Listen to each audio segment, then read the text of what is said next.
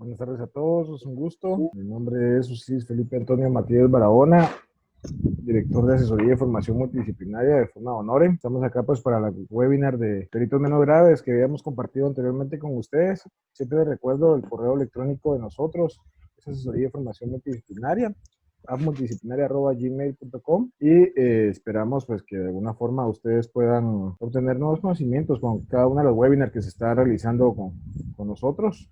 También les recomiendo nuestra página de Facebook, nuestra fanpage, que en algún momento hemos compartido el link correspondiente para las conferencias y para el grupo de WhatsApp. De igual forma tenemos nuestro canal de YouTube, donde estaremos subiendo los webinars correspondientes por si alguno de ustedes se pierde o queda alguna duda todavía pendiente. Sin más preámbulos, yo creo que maestra Adriana ya está por acá. Ya la tenemos por acá, Ya. entonces les presento. Ella es Adriana Beatriz Martínez Santillana.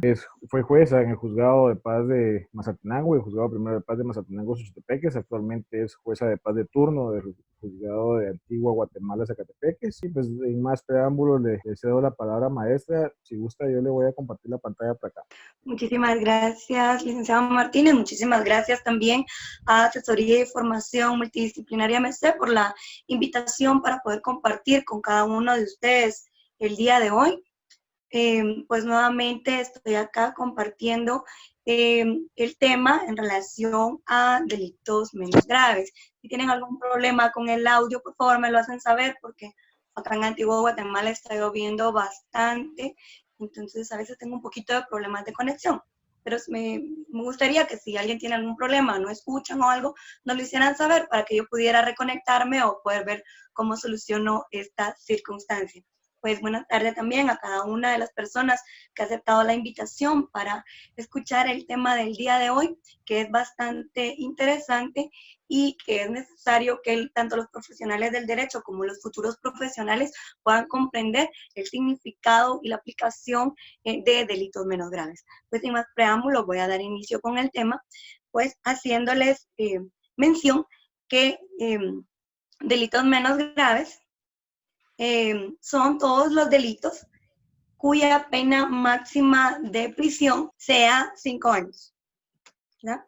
En ese sentido, la norma establece de que estos delitos puedan estar regulados en el Código Penal o en normas penales especiales, siempre y cuando, hace la salvedad de la norma, no tengan justicia especializada, es decir, adolescentes en conflicto con la ley penal, sigue conociendo su juez competente los delitos de narcoactividad, por ejemplo, posesión para el consumo, que tiene una pena de menos de 5 años de prisión, siguen conociendo los jueces de primera instancia penal narcoactividad de delitos contra el ambiente, para que no confundamos la competencia del juzgado de paz con la competencia de los juzgados que tienen justicia especializada. Eso es lo primero que nos tiene que quedar bastante claro en ese sentido.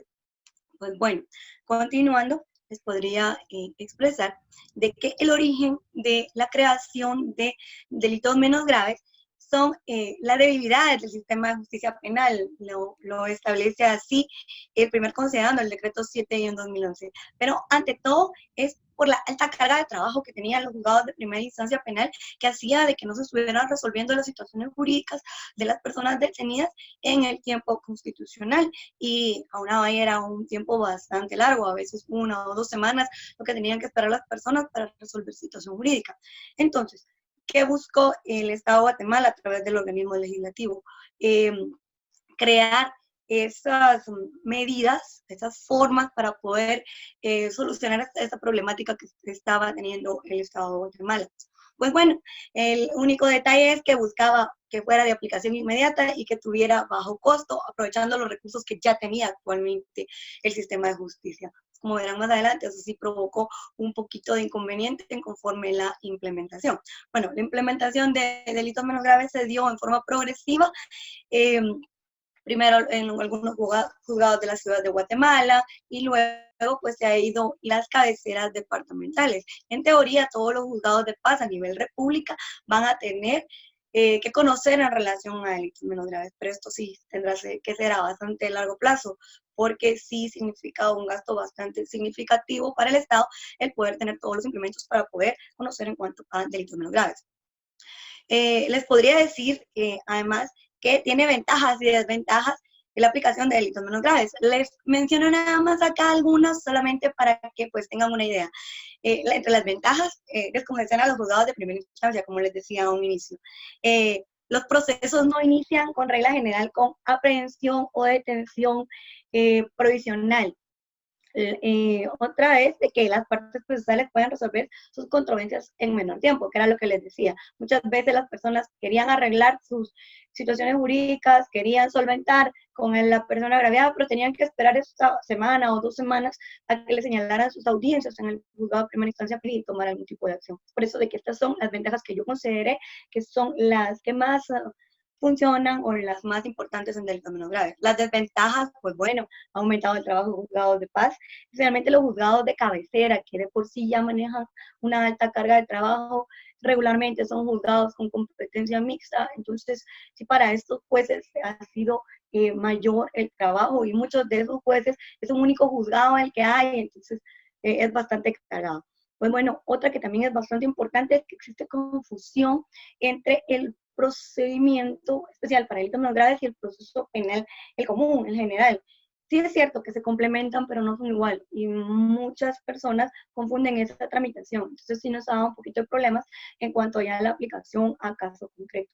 Y el que considero uno de los más importantes y relevantes entre esos tres es que no se previó dentro de la normativa algunas circunstancias que yo considero que debieron de haberse regulado porque da lugar a que se pueda aplicar de manera únicamente a criterio jurisdiccional.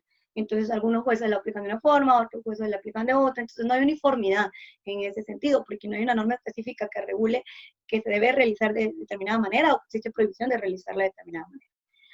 Continuando, en relación a delitos menos graves, podría decir que hable en relación a delitos menos graves, como la tienen ustedes ahí en pantalla. Básicamente les nombré las esenciales, pero pues como les dije anteriormente, aparte de las normas establecidas en el Código Penal, también están las normas establecidas en leyes penales especiales, por lo que pues yo considero importante que entre la normativa internacional se mencione la Convención Americana sobre Derechos Humanos. ¿Por qué? Porque siempre debemos respetar los derechos humanos. Si hay un vacío legal o incluso alguna contradicción con normativa ordinaria, se debe aplicar Convención Americana sobre Derechos Humanos.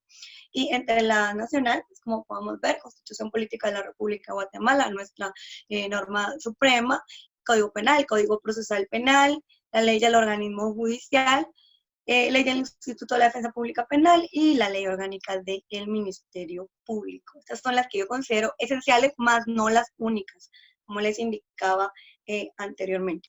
El inicio para delitos menos graves. Según el artículo 465 ter, se inicia con acusación fiscal presentada por Ministerio de Querella, presentada por la víctima o agraviada. Pues, lo que yo le veo acá importante es que conforme las reformas que se presentaron mediante el decreto 7-2011 se dio una participación más activa a la víctima. Como podemos ver, la víctima ahora ya puede presentar su querella. No esperar a que el Ministerio Público, hasta que quiera o hasta que pueda, presente su escrito de acusación, la víctima por sí misma, a través de su abogado, para que le dé una redacción formal, aunque no hay limitante, puede presentarlo únicamente la víctima, siempre y cuando le dé las formalidades legales para poderse conocer en relación a la querella. Pero no hay limitación para que la víctima pueda presentar por sí misma su querella. Pues bueno, lo que no se previó en relación a delitos menos graves fue la circunstancia de la flagrancia. Considero de que es bastante importante en relación a delitos menos graves. ¿Por qué? Porque estimo de que es una situación que se da 50% de acusaciones y tal vez 50% flagrancias, pero en otros juzgados de paz tienen más flagrancias que acusaciones. Entonces, eso debió haberse dejado regulado en la normativa, cómo se iba a resolver flagrancia. ¿Cómo lo hacemos actualmente? Pues bueno, en la flagrancia, como sabemos, es cuando la persona es sorprendida en el momento mismo del hecho. Entonces, ¿qué hacemos? Conocemos como el procedimiento penal común, el normal, el que ustedes ya saben. Entonces, reunimos los requisitos establecidos en los artículos referentes a dicha, a la primera declaración. ¿ok? Artículos 6, 7, 8, el 12, el 16 de la Constitución Política de la República de Guatemala, y los artículos básicos en cuanto al procedimiento de la primera declaración, artículos 81 y 82. Ayer me hicieron una pregunta bastante interesante que pues las voy a aclarar de una vez por si alguno de ustedes la tienen. En esta audiencia de primera declaración, cuando hay flagrancia, se lleva a cabo haciéndole la imputación de hechos, un ministerio público, ¿verdad? Se le da la oportunidad de declarar al sindicado, pues, obviamente, luego tienen oportunidad, pues, las partes procesales de pronunciarse en cuanto a la posibilidad de ligar o no a proceso al sindicado. ¿Han habido faltas de mérito en primera declaración? Sí. Eso no se prevé tampoco en la norma, pero sí en algunas circunstancias se han declarado faltas de mérito en primera declaración, pero pues si se cumplen los requisitos establecidos en la ley, pues también se ha emitido auto de procesamiento, también se le han fijado medidas de coerción al sindicado y también se le da el plazo al Ministerio Público para que pueda realizar la investigación correspondiente. Aquí la diferencia que es bastante marcada es de que la audiencia que se señala en el procedimiento penal común es intermedia, pero nosotros señalamos audiencia de conocimiento de cargos, que esta es la que pues sí señala el procedimiento específico para delitos menos graves. Bueno, también señalamos una fecha para presentación de acto conclusivo. ¿Qué pasa? El artículo en relación a delitos menos graves únicamente señala que al tener por recibida la acusación, se señala audiencia para llevar a cabo la audiencia de conocimiento de hechos, valga la redundancia. Y pues bueno, entrando ya en cuanto a la audiencia de conocimiento de hechos, para explicarles directamente esta audiencia, les diré, como les decía anteriormente, señala dentro de los 10 días de presentada la acusación. Pues es la misma regla que seguimos para los casos de flagrancia. Señala fecha para presentación de acto conclusivo y 10 días después se señala la audiencia para llevar a cabo conocimiento de cargos. La audiencia de conocimiento de cargos, cuando inicia por acusación, pues se manda al imputado, al defensor, al acusador, que puede ser el Ministerio Público o la víctima, ¿verdad? Para que estén presentes en esa audiencia. Algo que tienen que tener bastante en consideración es que cuando se presenta un escrito de acusación o una querella, el imputado todavía no sabemos quién es el defensor, por lo que el juzgado no le puede notificar a un defensor como tal. Si bien es cierto, dice que se convoca, pero no sabemos quién va a ser el defensor. ¿Qué hacemos en la práctica? ¿Cómo subsanamos esa omisión de la norma? Pues bueno, le hacemos saber al sindicado que tiene derecho a proponer un abogado defensor de su confianza. Y que si no tiene la capacidad económica o no puede contratar a un abogado defensor de su confianza, lo tiene que hacer saber al juzgado con determinados días de anticipación. A criterio muy personal, nosotros fijamos 5 días antes de la audiencia para poderle designar un abogado defensor del Instituto de la Defensa Pública Penal, para que pues pueda tener determinado plazo para que el defensor de oficio que se le designe también pueda ejercer su defensa técnica de manera apropiada. En el desarrollo de la audiencia, esta audiencia, según el contenido del artículo 465 ter, numeral 2, literal A, pues bueno, el inicia como cualquier otra audiencia, realizándose las advertencias a las personas, que deben guardar silencio, el debido respeto, se les hacen saber los derechos constitucionales y procesales al acusado, y se identifica a las partes. Aquí, en esta audiencia, pues primero se le concede la palabra al acusador, ya sea el fiscal o la persona agraviada, para que argumenten y fundamenten su requerimiento. Esto hace las veces de la imputación cuando en flagrancia, ¿verdad? El fiscal le hace la imputación de hechos al sindicado, pues en este caso es como una cuestión similar, ¿verdad? Cuando el fiscal o la víctima presentan sus argumentos de por qué o cuáles son los hechos que fundamentan la acusación. Y Asimismo, tiene oportunidad la persona acusada de declarar. Recordémonos que este es un derecho que le existe y puede declarar en cualquier momento de la audiencia, pero pues por técnica lo hacemos en este momento después de que él ya sepa cuáles son los hechos que se le están acusando. Y pues bueno, el defensor puede ejercer el control sobre el requerimiento. La norma dice que el acusado y defensor pueden ejercer control sobre el requerimiento. Sin embargo, si el acusado no tiene de derecho, ¿cómo hacer el control sobre la acusación? Entonces ese control realmente se lo dejamos al abogado defensor. El sindicado únicamente lo dejamos con su derecho de pronunciarse, de manifestarse.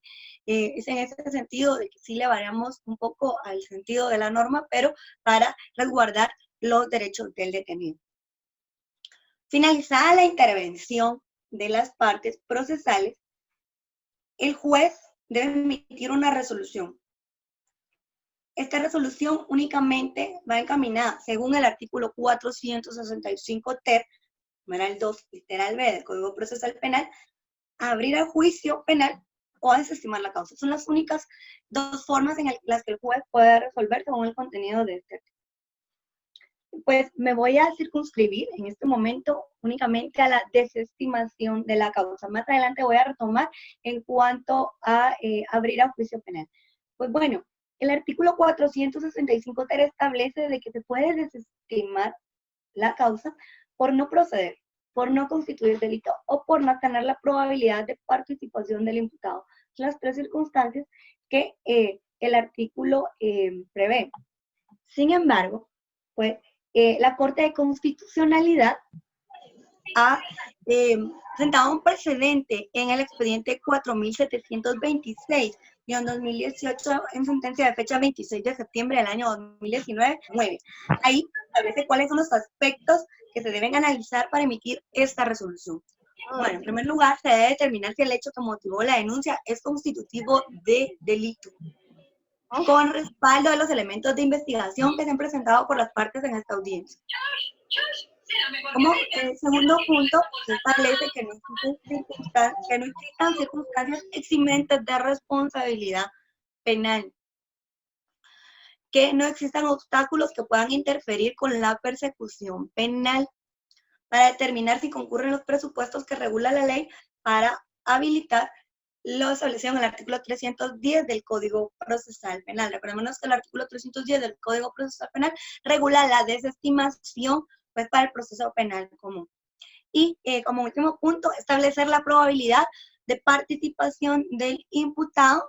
Este último requisito pues está en el artículo 465 ter, numeral 2, literal B, subinciso segundo del Código Procesal Penal. Pues bueno, la desestimación como tal, yo la siguiente diapositiva les copié en lo que ya existe doctrina legal, ¿verdad?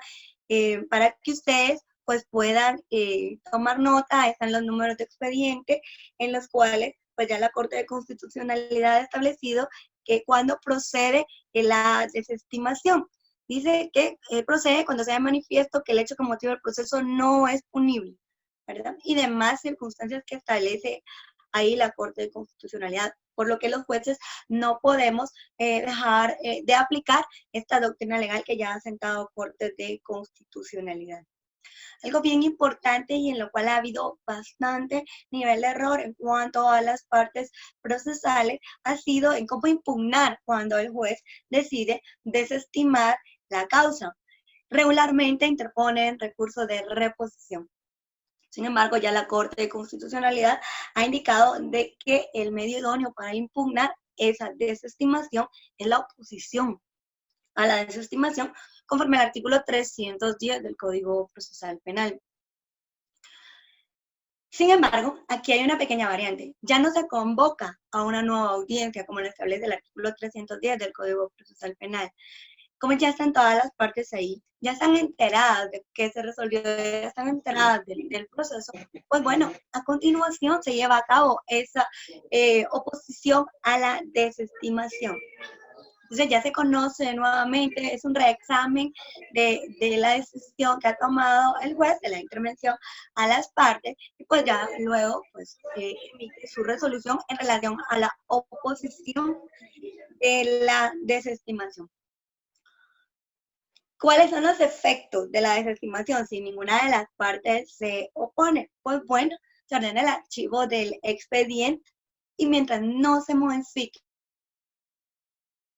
la circunstancia a la declaratoria de la desestimación, pues el juez no recibirá nuevamente solicitud por parte ya sea del Ministerio Público o de la persona agraviada.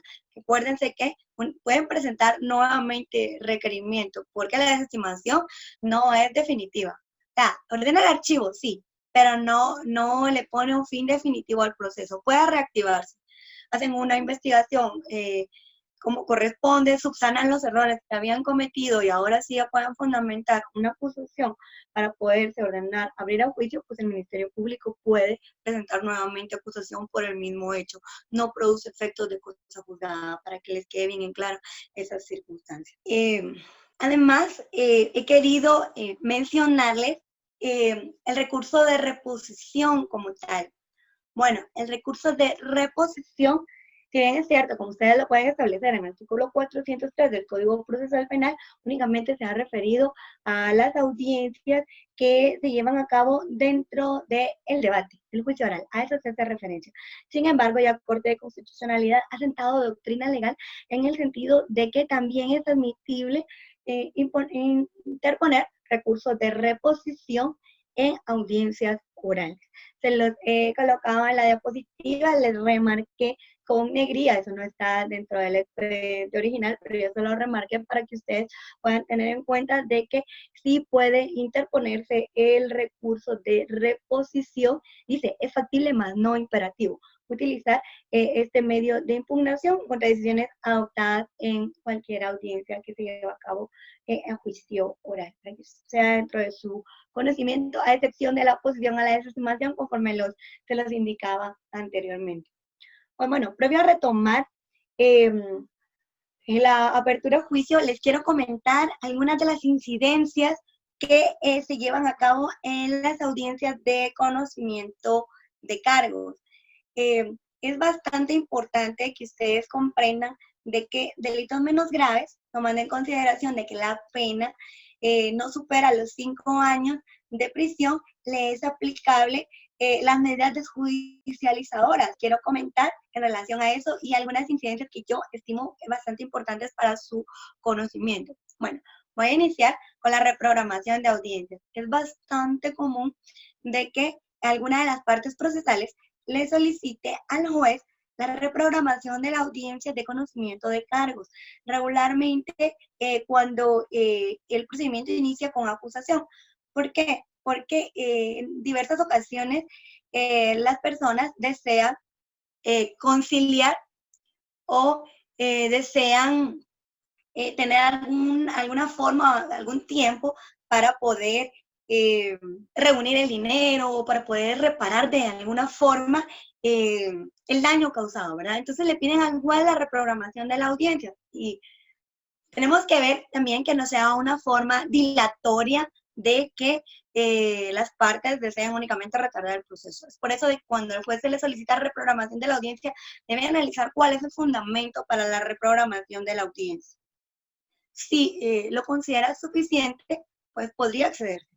¿Qué hago yo en estos casos? Siempre le concedo intervención a la otra parte, ¿no? Siempre se le concede intervención al abogado defensor o al Ministerio Público, dependiendo de quién haya solicitado, para establecer, porque si hay acuerdo entre las otras personas, considero de que no hay ningún inconveniente en reprogramar la audiencia. En pantalla, ustedes tienen una parte de una sentencia emitida por la Corte de Constitucionalidad, porque para que ustedes vean, llegó hasta apelación de amparo, una reprogramación de audiencia. Por eso de que yo estimo de que sí es necesario pues poderle dar intervención a la otra parte para poder establecer si hay acuerdo o no, y asimismo para que se pueda que haya un acuerdo y que se pueda establecer de que estos argumentos no son, como les decía, dilatorios para el proceso. para no llegar hasta estas circunstancias solo por una reprogramación de audiencia. Además de eso, pues, aparte de la reprogramación está la aplicación de medidas desjudicializadoras, como les indicaba. Entonces, el más común es la aplicación de criterio de oportunidad, por eso se los coloqué a un inicio. ¿Por qué? Porque regularmente ya le han reparado los daños a la víctima, ya la persona agraviada dice, miren, pues yo ya considero con la reparación que me cancelaron, me repararon el vehículo, cualquier circunstancia que haya sido, pues yo considero que me doy por resarcido. Y únicamente solicito pues que no se acerque a mí o esto, lo otro.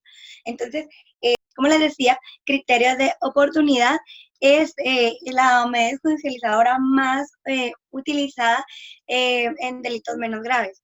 Les remarqué con negrilla de que el criterio de oportunidad dice no podrá otorgarte más de una vez al mismo imputado por la lesión o amenaza mediante dolo del mismo bien jurídico tutelado. La mayoría de circunstancias que se han conocido en flagrancia en delitos menos graves han sido por delitos culposos, por lo que no hay limitación para aplicación de criterio de oportunidad legal. Pero pues debemos cumplir los requisitos establecidos en la ley. La otra que consideré yo bastante importante es la suspensión de la persecución penal, también es bastante aplicada, y en este caso es el interesado, el acusado, quien al Ministerio Público le solicita gozar de ese beneficio, y si el Ministerio Público lo estima pertinente, pues ya hace esa solicitud al órgano jurisdiccional. Además, es aplicable en relación a los delitos con pena menor a 5 años el procedimiento especial de procedimiento abreviado, conforme a lo establecido en el artículo 464 del Código Procesal Penal. Yo quiero hacer la aclaración, porque ayer me hacían una pregunta que tal vez ha tendido a confusión. No es que el procedimiento abreviado se aplique procedimiento especial sobre procedimiento especial, no. En delitos menos graves es un procedimiento especial y procedimiento abreviado es otro procedimiento especial. Sin embargo, tomando en consideración que el procedimiento abreviado se utiliza también para delitos cuya pena sea menor a 5 años de prisión, entonces el fiscal ya no presenta acusación en la vía de delitos menos graves, sino en la vía de procedimiento abreviado, por lo que sí también puede ser utilizada esta forma para desjudicializar este caso. Yo les sé decir de que muchas veces están convocados para conocer en cuanto a una audiencia de conocimiento de cargos, en cuanto a una medida desjudicializadora, y el Ministerio Público considera de que si se reúnen los presupuestos legales para poderse autorizar la medida desjudicializadora. Otras de las circunstancias que yo considero de que se dan bastante en los juzgados es la incomparecencia del sindicado y o acusado. ¿Cómo lo veo yo? Estas incidencias, como yo les decía, no fueron debidamente reguladas en la creación del procedimiento específico de delitos menos graves. Pero ¿cómo lo resolvemos los jueces? Bueno, ¿cómo lo resuelvo yo en forma particular? En primer lugar, cuando comparece un sindicado y o acusado, verifico si fue legalmente notificado, porque muchas veces no ha sido legalmente notificado. Entonces no podemos decir de que él no ha querido llegar o que se está negando a llegar si él tal vez no ha sido conocedor de esta resolución donde se está convocando para comparecer al juzgado. Entonces, yo sí verifico que la notificación reúna los requisitos establecidos en el Código Procesal Penal. Entonces, porque muchas veces dicen, bueno, estaba cerrado, la fijé, pero recuérdense que para poder fijar una cédula de notificación en materia procesal penal se deben agotar algunos requisitos previos, como lo es poder preguntar con los vecinos, porque imagínense, si la persona trabaja todo el día y si se cayó la notificación y etcétera, pues, o llovió y se cayó, pues, no sé, pues cualquier situación puede haber pasado que él no haya sido conocedor de esa resolución. Por eso es que la norma dice que se deben de agotar ciertos requisitos previos, preguntar con vecinos, preguntar con familiares o alguna persona que se haga cargo de entregarle la notificación, y si eso no se logra, pues entonces se fija. Entonces, si ha sido legalmente notificado, yo opto por reprogramar la audiencia. Eso sí, le concedo un plazo al sindicado o acusado para que justifique por qué no compareció a la audiencia. ¿verdad? Porque puede darse el caso de que no le dieron permiso en su trabajo, se enfermó, se le enfermó un familiar, alguna emergencia. Bien, realmente también tenemos que ser humanos, pues, ¿verdad? No tenemos de que a cualquiera le puede suceder que se le arruine el vehículo o que se enferme o cualquier circunstancia que le impida llegar al juzgado. Eso sí, que no va a ser que se enferme todas las veces que tiene audiencia o que todas las veces que tiene audiencia se le arruine el carro. Entonces, tenemos que ver que son excepcionalidades, pero que también no debemos ser como tan estrictos en esta circunstancia. Si no llega a la reprogramación de la audiencia, yo opto por ordenar su conducción por medio de la fuerza pública, ¿verdad?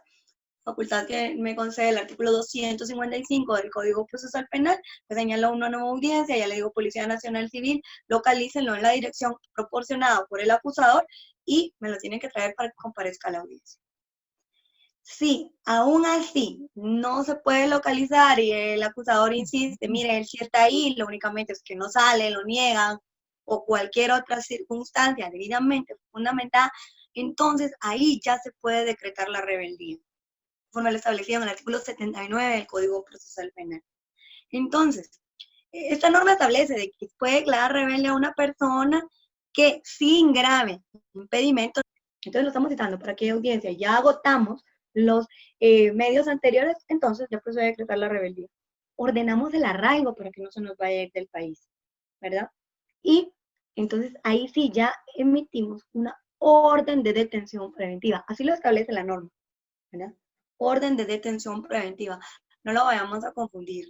La aprehensión es en flagrancia. Muchos jueces utilizamos o han utilizado la denominación aprehensión para esa orden que se emite a nivel nacional para que pueda ser localizada la persona sindicada y o acusada. Pero realmente el nombre correcto y técnico es orden de detención preventiva, para que sea de su conocimiento y vayan corrigiendo esas prácticas que se van dando mal dentro de los juzgados.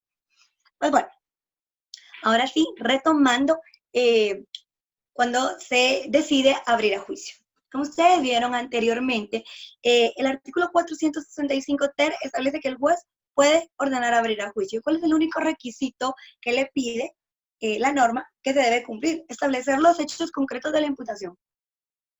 Sin embargo, pues yo considero que es bastante importante que también se cumplan los requisitos del auto de apertura a juicio contenidos en el artículo 342 del Código Procesal Penal. Porque lo hace más técnico, lo hace más claro, ¿verdad? Y no hay prohibición de utilizarlo, porque recordémonos que el inicio del artículo 465 ter en el primer párrafo establece que podemos utilizar las normas generales, siempre y cuando no especial para delitos menos graves. Entonces, como ustedes lo pueden ver en la diapositiva, yo considero que es importante que, si bien es cierto, es el mismo juez que va a conocer del juicio, también es importante que lo digamos, ¿verdad? También que se exprese si se le ha admitido alguna modificación a la acusación y cuál es el hecho concreto por el que se está admitiendo a abrir a juicio, ¿verdad? También cuáles son los hechos que no se están teniendo por aceptados y asimismo las modificaciones en la calificación jurídica que ha presentado el acusador. Eso no lo establece el artículo 465 ter y como les decía a un inicio, son esos vacíos legales que pues nosotros irlos supliendo de Vaya, dile a tu mamá. más apropiada para que el proceso pueda realizarse sin vulnerarle derechos a ninguna de las partes, ¿verdad? Ustedes pueden ver que con rojo yo les remarqué unas normas, el artículo 320 y el artículo 322 del Código Procesal Penal. ¿Por qué yo se los remarqué? Recordémonos que delitos menos graves puede ir. Entonces, si nos hacemos de la idea que estamos en una audiencia de conocimiento de cargos y estamos ordenando abrir a juicio, tenemos que ligar a proceso a esa persona. ¿Para qué la vamos a ligar a proceso? Dirán ustedes. Si ya estamos ordenando abrir a juicio, es ilógico. No. Pues recuérdense que el artículo 322 establece que los efectos del auto de procesamiento, aparte de ligar a la persona a proceso, es concederle todos los derechos y recursos que el Código Procesal Penal le concede al imputado, ¿verdad? Sujetarlo a las obligaciones y prevenciones del proceso. Incluso dice al embargo precautorio de bienes. Recordémonos que pues aquí va a tener que responder por una responsabilidad civil, valga la redundancia. Y pues es sujetar a la persona civilmente responsable. El artículo 465 ter no nos menciona el tercero civilmente demandado, pero sí también puede ser llamada a juicio una persona como tercero civilmente demandado. Entonces es en este momento, después de que ordenamos abrir a juicio, que tenemos que emitir auto de procesamiento para que la persona pueda gozar de sus derechos, aparte de estar ligada a proceso. También es importante que tomemos en consideración, como ya está ligada a proceso, tenemos que emitir las medidas de coerción, ¿verdad? Recordemos que aquí no hubo flagrancia, como les ponía el ejemplo, por eso los coloqué en otro color, ¿verdad? Porque cuando hay flagrancia, en primera declaración sí se discuten medidas de coerción, pero cuando no hubo flagrancia, cuando inició solo por acusación, no se han discutido medidas de coerción. Es en este momento en el que nosotros discutimos las medidas de coerción. Entonces, concedemos nuevamente intervención a las partes procesales para que demuestren y argumenten la necesidad de las medidas de coerción.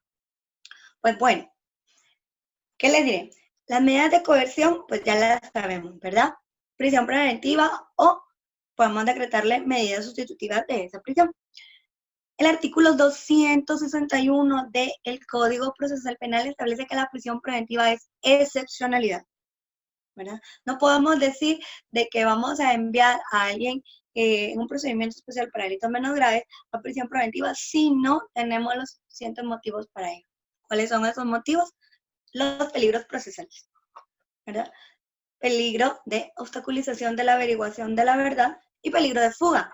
Entonces, en ese sentido, yo les puedo decir de que desde el año 2017 que conozco del procedimiento especial para delitos menos graves, ha sido una vez nada más la que he enviado a alguien a prisión preventiva.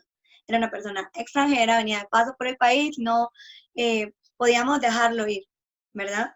Entonces, y no me demostró que tuviera alguna persona, alguna residencia donde vivir, había peligro procesal de fuga, se podía ir.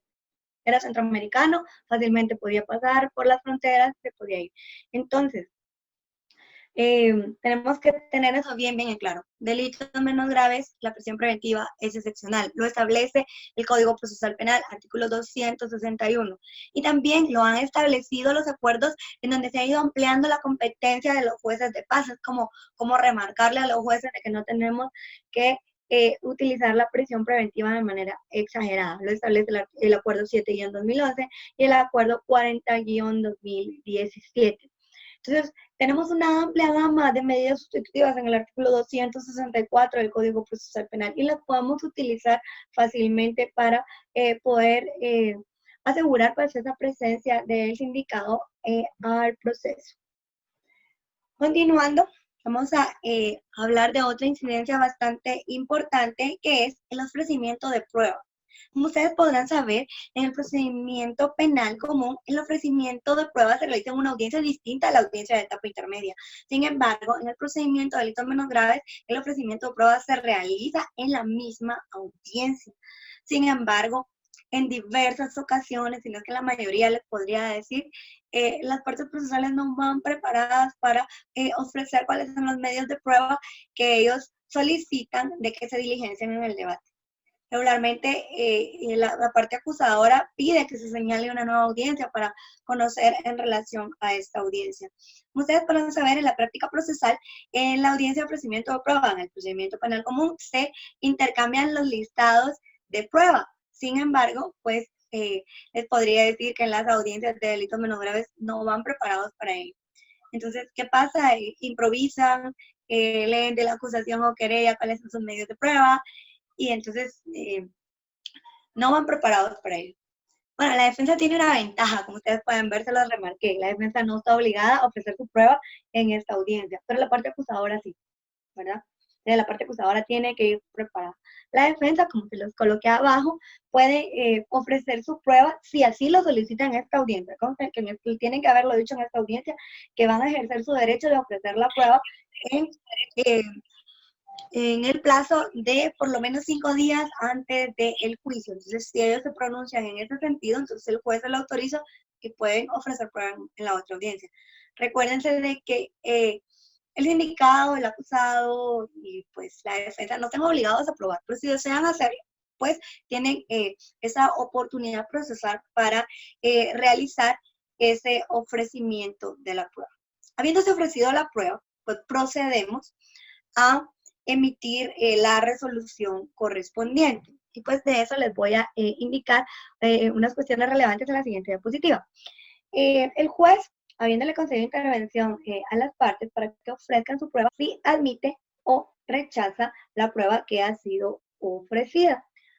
Ello con fundamento en el artículo 465 ter, numeral 2, literal D. Sin embargo, es importante que tomemos en cuenta las normas generales contenidas en el artículo 182 y 183 del Código Procesal Penal, porque el artículo solo establece que se pronunciará sobre admisión o rechazo de la prueba, el 465 ter. Sin embargo, si nos vamos al artículo 182, se establece que existe libertad probatoria, ¿verdad? Podemos probar por cualquier medio, dice todos los hechos y circunstancias para la correcta solución del caso por cualquier medio de prueba permitido. No nos dice cuáles son los medios de prueba permitidos, sin embargo, en el siguiente artículo nos dice cuáles son los no admitidos, ¿verdad? Entonces, dice que no se admitirán los medios de prueba que resulten abundantes, ¿verdad? Los que hayan sido obtenidos por medios prohibidos, como la tortura, la intromisión a la intimidad del domicilio o residencia, correspondencia, las comunicaciones, los papeles y los archivos privados. En algunas ocasiones han pretendido llevar tomas de pantalla, capturas de pantalla de algunos mensajes. Entonces recuérdense que esta es una debida intromisión a las comunicaciones, no se realizó por el medio idóneo correspondiente. Entonces esos medios de prueba no pueden ser admitidos para ser diligenciados en una audiencia juicio oral, en un debate. Pues bueno, también se la subrayé para que ustedes lo tomen bastante en consideración, cuál es lo que sí debe tomarse en cuenta. Para que un medio de prueba pueda ser admitido, establece el artículo 183 del Código Procesal Penal, debe referirse en forma directa e indirecta al objeto de averiguación y ser útil para el descubrimiento de la verdad. Muchas veces se presentan diversos medios de prueba que no tienen absolutamente nada que ver con el hecho que fundamenta la acusación o querella. Entonces deben tener bastante en claro estas circunstancias. Debe referirse en forma directa o indirecta y ser indispensable para la averiguación de la verdad.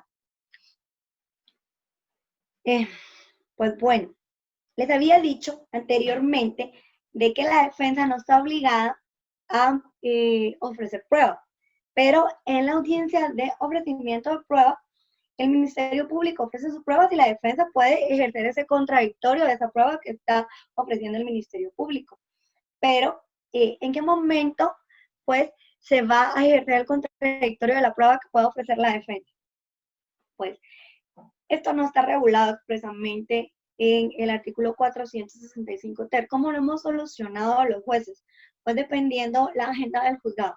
Si la agenda del juzgado lo permite, se señala una audiencia previa al debate para poder conocer el contradictorio de la prueba que ofrezca la defensa. Recuérdense que la defensa tiene hasta 5 días antes del debate para ofrecer su prueba, ¿verdad?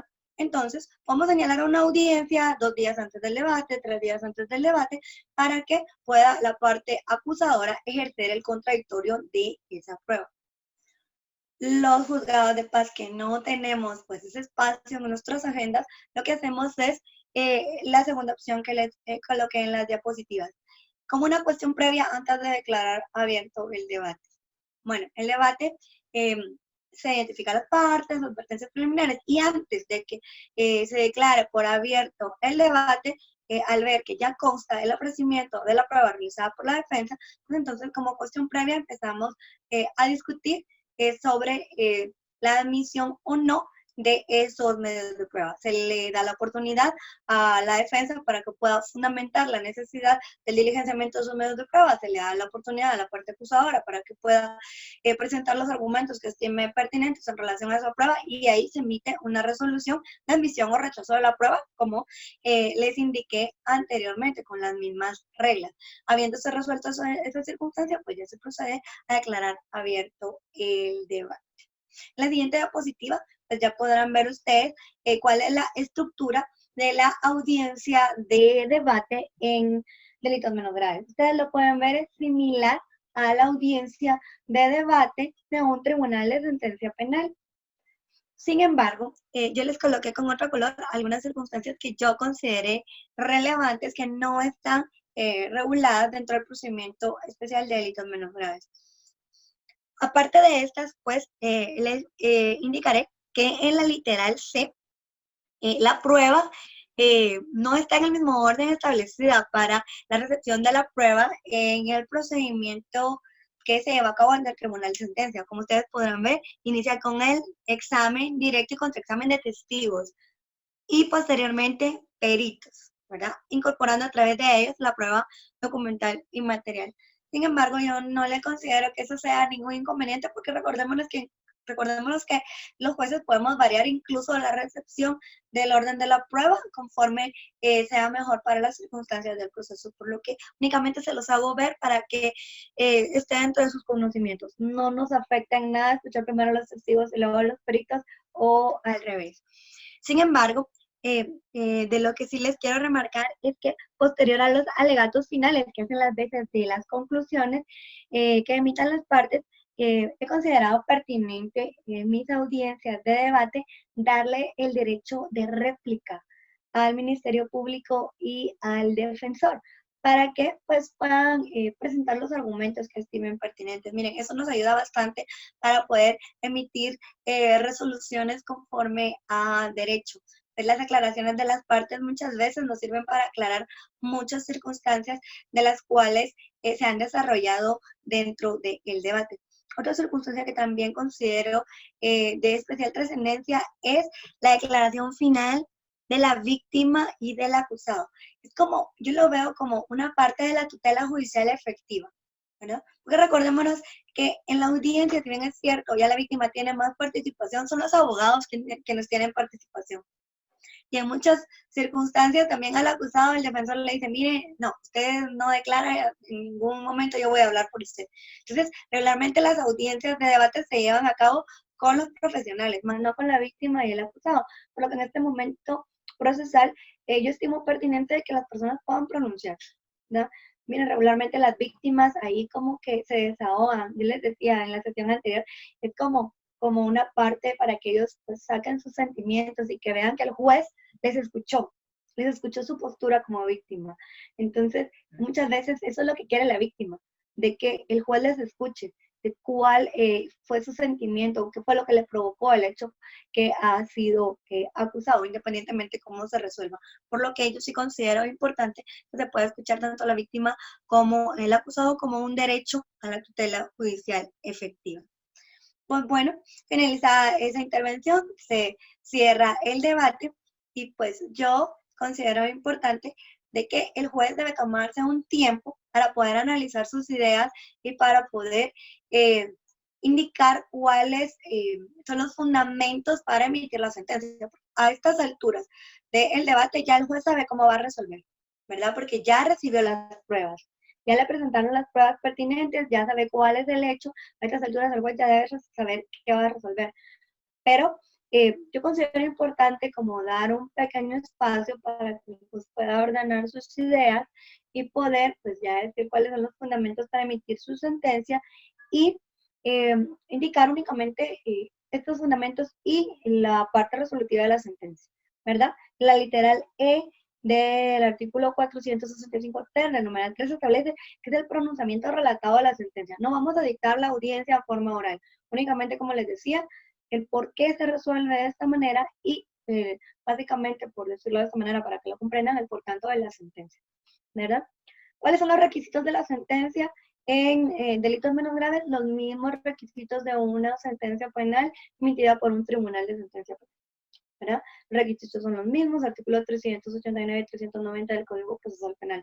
No hay ninguna variación. Recordémonos que nos regimos por las reglas generales del proceso penal.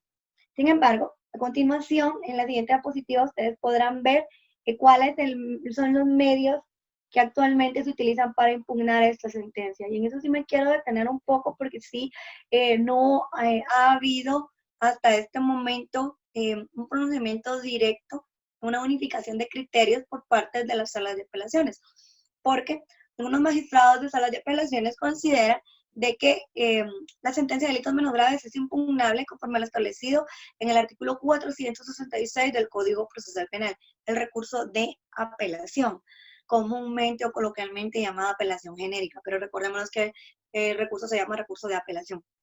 Sin embargo, a criterio muy personal, yo considero de que el recurso idóneo para impugnar la sentencia emitida en el procedimiento especial para delitos menos graves es el recurso de apelación especial, conforme al establecido en el artículo 415 del Código Procesal Penal. Ha dado problemas esta falta de regulación al respecto. ¿Por qué? Porque este vacío legal provoca de que algunos magistrados de sala consideren de que el recurso de apelación es el idóneo y otros consideran que el recurso de apelación es especial. Estos son mis motivos por los cuales yo considero de que este es el recurso de apelación especial. En primer lugar, porque el artículo 466 del Código Procesal Penal es una norma anterior al artículo 465 ter. No fue creada para conocer en relación a delitos menos graves, fue creada para conocer en relación a la impugnación de la sentencia, ponerles un ejemplo, emitida dentro del procedimiento abreviado, ¿verdad? Considero de que la apelación especial es idónea porque la sentencia emitida en delitos menos graves se equipara a una sentencia emitida por el Tribunal de Sentencia.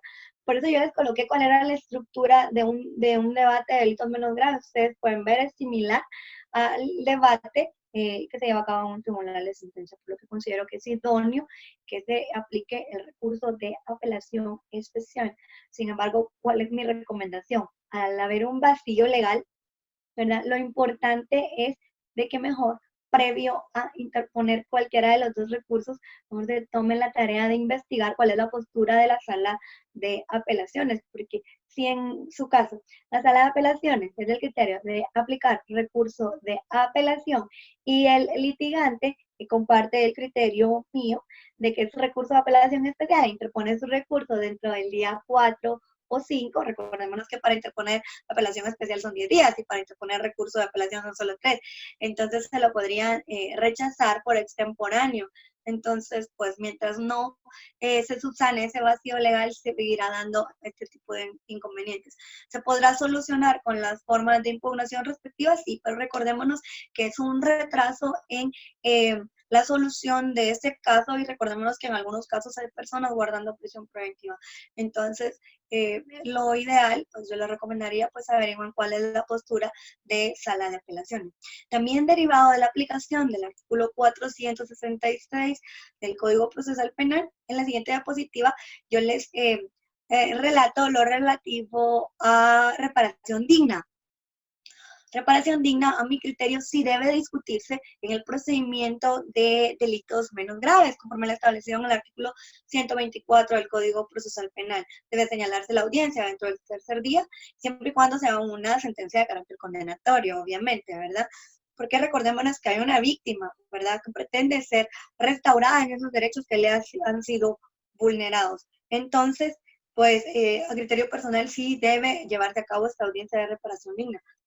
Pero ya he tenido también algunas experiencias en las que algunos litigantes se han opuesto a llevar a cabo esta audiencia de reparación digna, porque el artículo 466 del Código Procesal Penal establece de que no se conocerá en cuanto a la responsabilidad civil. Entonces, sí, como les digo, esa ausencia legal y al estar contenido ese artículo dentro de los procedimientos especiales sí ha dado un poco de problemática. Sin embargo, yo sí llevo a cabo la audiencia de reparación digna a la sentencia respectiva y pues ya cuando se da la lectura de la sentencia ya va incorporado lo que se haya resuelto en cuanto a reparación digna. Para mí ha sido un gusto el haber compartido con ustedes. Creo que me pasé un poquito del tiempo que me establecieron, pero a mí me encanta hablar de este tema y si alguien tiene alguna duda al respecto, pues pueden plantearla a través del chat o de viva voz y pueden pedir la intervención de los organizadores. Muchas gracias por su atención. Muchas gracias, maestra. Entonces dejamos el espacio abierto. Igual les recuerdo, si nos vuelve a sacar la plataforma, pueden volver a ingresar sin ningún inconveniente para hacer sus preguntas y dar por finalizado el webinar correspondiente. Entonces les dejo el uso de la palabra o si quisieran hacerlo por vía chat, también está habilitado. ¿Alguien desea hacer alguna pregunta, consulta, que ha quedado alguna duda por parte de ustedes como participantes? Pueden hacerlo, ese es el momento. Maestra, por vía chat me llega una pregunta. ¿Cuál sería el fundamento para sujetar a un plazo al Ministerio Público cuando se ha dictado una medida sustitutiva en falta de mérito? Fíjese que realmente no, a un principio le podría decir, yo sí fijaba plazo para que el Ministerio Público presentara acto conclusivo de haber, cuando se emitía una falta de mérito, cuando yo inicié a conocer en relación del procedimiento a delitos menos graves, ¿verdad? Como le digo, los delitos menos graves tienen demasiados vacíos legales, entonces poco a poco los hemos ido integrando y hemos ido encontrando las soluciones idóneas al respecto. No existe ningún fundamento al Ministerio Público para poder continuar con la investigación. Entonces, pues yo dejé de emplazar al Ministerio Público en cuanto a cuando se decreta falta de mérito. ¿Por qué lo hacía? Se lo digo en esta manera. Porque recordémonos que falta de mérito no cierra el proceso. Muchas veces ya las víctimas habían reparado, ya les habían reparado el daño causado, ¿verdad? Simplemente lo único que se pretendía era que el Ministerio Público realizara la investigación correspondiente si esta víctima no fue a desistir de ese derecho que le corresponde o a manifestar lo que había indicado en audiencia, si no había sido coaccionada o si efectivamente le fue pagado el resarcimiento que estaba expresando. Esos eran pues los motivos por los que básicamente se señalaba en un plazo prudencial para que el Ministerio Público pudiera presentar acto conclusivo. Y al presentar acto conclusivo regularmente se solicitaba el sobreseimiento y en ese sentido pues ya sí, ya se dejaba pues cerrado el proceso como tal. Entonces, pues yo actualmente ya no fijo plazo al Ministerio Público para poder presentar acto conclusivo cuando se decreta falta de mérito. Muchas gracias, maestra. Otra de las preguntas que llegan al chat es, en caso de responsabilidad de conductores, ¿es factible la reparación digna? Responsabilidad de conductores. Cuando se conoce dentro del procedimiento especial para delitos menos graves, supongo que me lo están enfocando así, porque recordémonos que responsabilidad de conductores también lo podemos conocer en la vía del juicio de falta. Sí, sí hemos tenido audiencias de reparación digna por responsabilidad de conductores, porque regularmente existe algún daño a otro vehículo y debe de ser reparado, o en una ocasión se ocasionó daño a una vivienda derivado de responsabilidades de conductores, ¿verdad? Entonces esos daños deben de ser reparados. Sí es posible acceder a la reparación digna en responsabilidad de conductores. Bien, acá otra pregunta en el chat es, ¿por qué algunos jueces al momento que se solicita una medida sustitutiva no aceptan los antecedentes penales de los clientes, aduciendo que ya no son medios probatorios a favor de un sindicado? Pues no le podría yo decir por qué algunos de los jueces no los aceptan. Yo sí acepto la carencia de antecedentes penales como pues al final es un derecho del sindicado, como lo decía anteriormente, el poder presentar pruebas. Y los antecedentes penales me están demostrando que actualmente no le aparece algún antecedente de que haya cometido algún delito o me demuestran tal vez de que haya sido rehabilitado en ese sentido. Entonces yo, en lo personal, yo sí tomo en consideración los antecedentes, no para una medida sustitutiva, porque recordémonos que para una medida sustitutiva tenemos que comprobar la inexistencia de los peligros procesales. Entonces, para mí no tiene nada que ver antecedentes penales para comprobarme si hay peligro de fuga o si hay peligro de obstaculización de la averiguación de la verdad.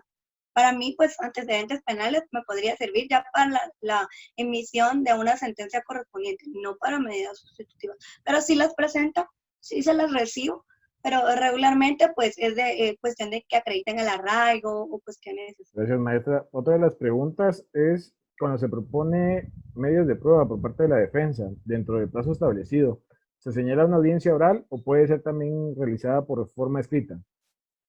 Pues bueno, si como les decía, la agenda del juzgado lo permite, tendría que ser una audiencia oral, porque actualmente mediante audiencias orales, ¿verdad? Incluso las unilaterales se llevan en forma oral, entonces no la podríamos llevar por escrito. Por eso es que yo le digo que así como el juzgado donde actualmente estoy, así como en el que estuve anteriormente, la agenda no me permitía a mí señalar esa audiencia previa, entonces yo la llevaba a cabo en la misma audiencia de debate previo a declarar abierto el mismo, por lo que siempre tiene que llevarse a cabo de forma oral. Gracias, maestra. Otra de las preguntas que aparecen por acá, ¿es factible aplicar procedimientos simplificados de la primera audiencia? Saludan desde San Marcos y también los mandan felicitaciones por tan profesional conferencia.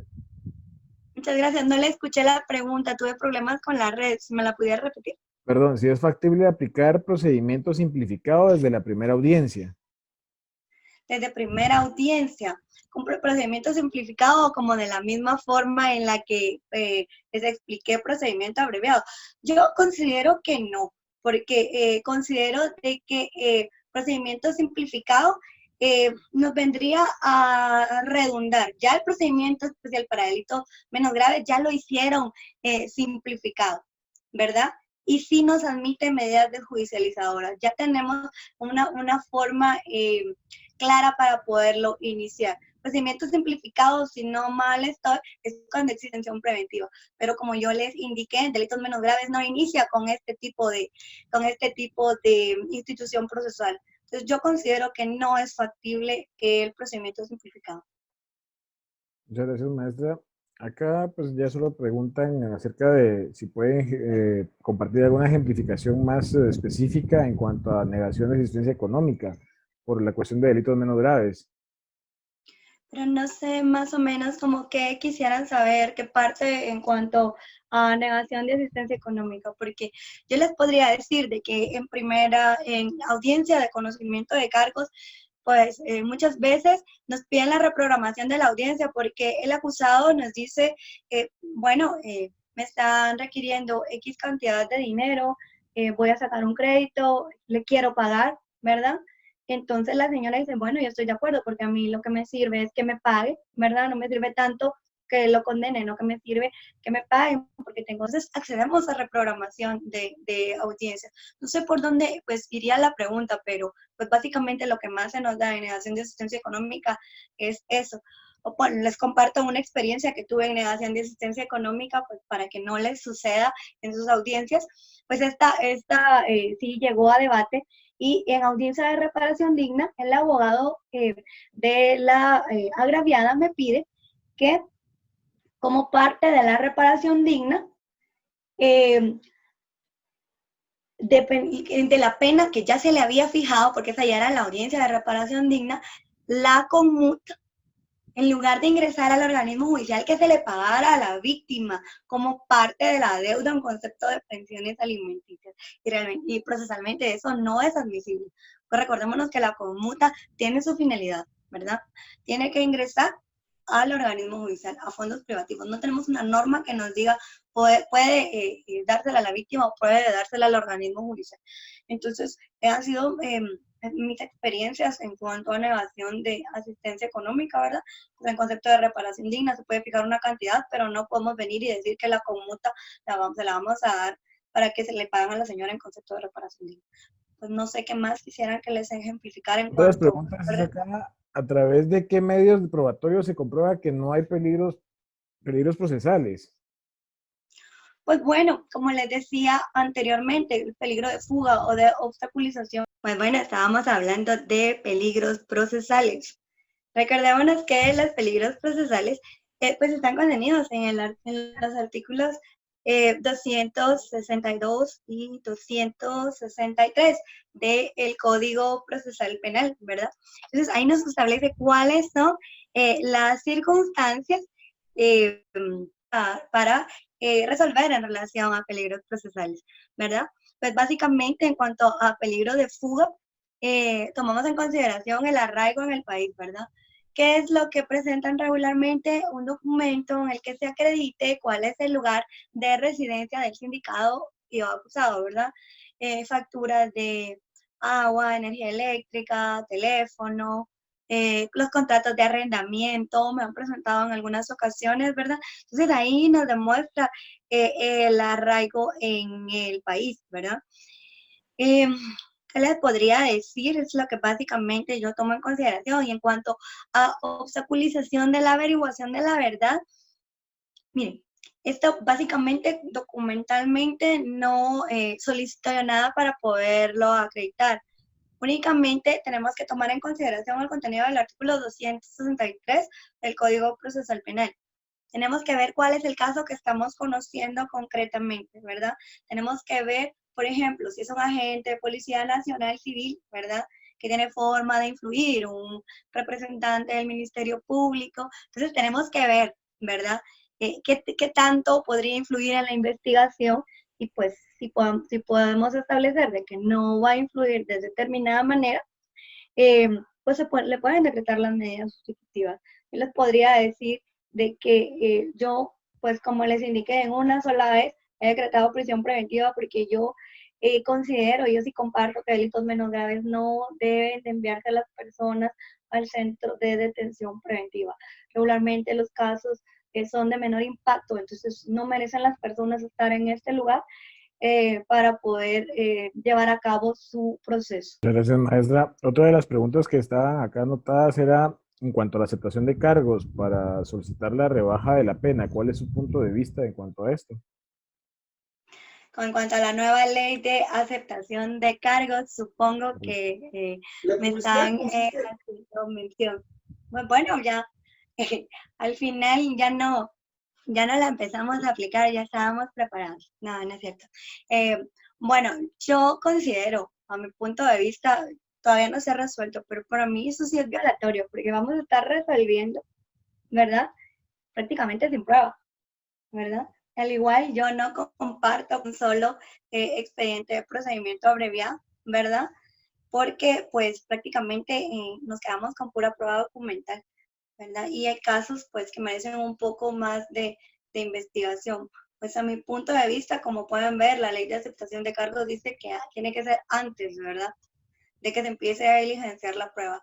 Yo sí considero de que probablemente van a dejar sin ninguna validez esta normativa, porque pues únicamente como que se pensaba aplicar tal como lo hacen en el procedimiento anglosajón, que alguien acepta los cargos, le colocan menos pena, pero recordemos que tenemos diferentes formas de tramitar el proceso y a mi criterio muy personal, yo sí no comparto, considero de que sí sería violatorio para el procedimiento penal y pues tendríamos que resolver siempre a favor del sindicado. Para mí todos saldrían absueltos, ¿verdad? Porque nos quedaríamos con dudas.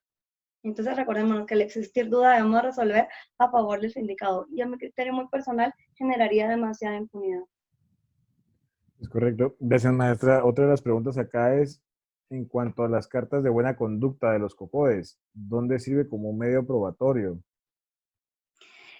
Sí las presentan, porque sí las presentan, las famosas cartas de recomendación, cartas de buena conducta, pues al final las podemos utilizar únicamente para establecer los antecedentes personales de los acusados, ¿verdad? Para el momento de la imposición de la pena. Yo consideraría los COCODES conocen a las personas de su lugar, pero tenemos que ver, recordemos los casos concretos, ¿verdad? Pero solamente se utiliza para eso. No le vamos a decir de que se le va a dejar sin imponer alguna pena solo porque presentó una carta de un COCODE o que presentó 50 cartas de recomendación, ¿verdad? Únicamente se toma como antecedente personal para la imposición de la pena, más no se diría de que con eso se puede comprobar que determinada persona no cometió determinado hecho. Gracias, maestra. Otra de las preguntas acá que tienen es en cuanto a un agente de PNC. ¿Puede actuar de forma flagrante cuando la persona se encuentra dentro de su domicilio y esté cometiendo un hecho delictivo? Puede, pero la verdad no Me imagino que es cuando se está comprendo cometiendo. si Policía Nacional Civil puede ingresar a los domicilios con flagrancia o si se comete algún delito. Me imagino que esta pregunta va más orientada de cuando se está cometiendo algún hecho delictivo dentro de una vivienda y puede darse la flagrancia de forma inmediata por los agentes. Estos pueden ingresar aún sin autorización judicial. Sí, sí pueden, sí pueden. Recordémonos que Policía Nacional Civil, eso está dentro de sus atribuciones, ¿verdad? Pero recordémonos que siempre tienen que tomar en consideración las circunstancias del caso, ¿verdad? Siempre, ¿verdad? Si escuchan gritos, están viendo por la ventana que alguien le está pegando a otra persona, pues ellos tienen que actuar, ¿verdad? Entonces, no van a esperar a que el juez venga, le emita la orden para poder autorizar el ingreso, no. Pero tienen que ver que las circunstancias lo ameriten. Porque en determinado momento a mí me dijeron, mire, fíjese que hay una persona que porta un arma y se metió en determinada casa, ¿podemos entrar? No, porque por eso le digo, tienen que ver cuáles son las circunstancias. Ante todo, para proteger la vida, ¿verdad? Porque no van a ingresar a una residencia por una aportación ilegal, ¿verdad? No van a ingresar a una residencia porque está haciendo flagrante alguna cuestión que no afecte la integridad de las personas, ¿verdad? Se subió a un vehículo una persona, el vehículo está en un garage, pero esta persona no tiene licencia de conducir. Entonces no pueden, ¿verdad? Solamente cuando está en riesgo la vida de las personas, su integridad física. Gracias, maestra. Otra de las preguntas que tenemos por acá es para el cumplimiento de la pena. ¿Interviene el juzgado de ejecución, al igual que en instancia penal? Sí, sí, habiéndose emitido la sentencia correspondiente y al estar firme, pues le remitimos el expediente al juzgado de ejecución respectivo. Sí, es el juzgado de ejecución quien tiene ya el control del cumplimiento de las penas que se imponen. Gracias, maestra. Otra de las preguntas acá en el chat es, ¿la responsabilidad civil en un accidente de tránsito queda cerrada al momento de reparar los daños que se causaron o queda abierta un cierto tiempo? Perdone, tuve problemas con el internet. ¿Me pudiera repetir la pregunta? Claro, ¿la responsabilidad civil en un accidente de tránsito queda cerrada al momento de repararse los daños que se causaron o queda abierta por un tiempo determinado? Tal vez no comprendo cuál es la pregunta, porque si ya se realizó la reparación del daño causado, no sé si lo que pretenden hacer ver es que si siempre conocemos por la vía penal, aunque haya la reparación del daño causado.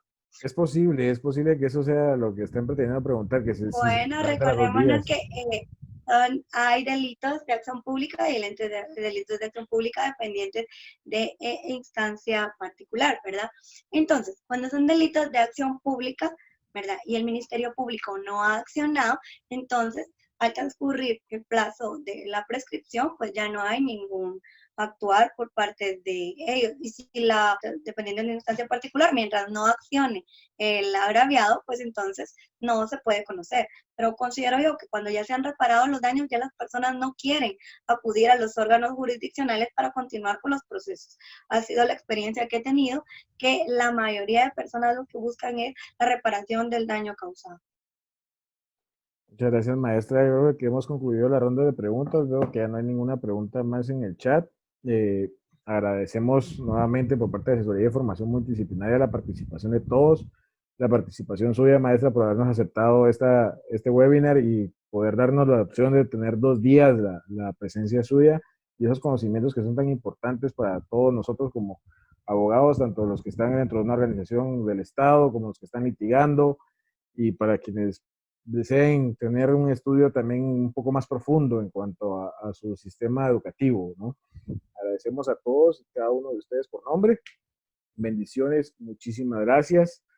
El webinar se hará público también en algún momento determinado por parte de Asesoría de Formación Multidisciplinaria en el chat que ya tenemos. Les recordamos nuestra página de Facebook.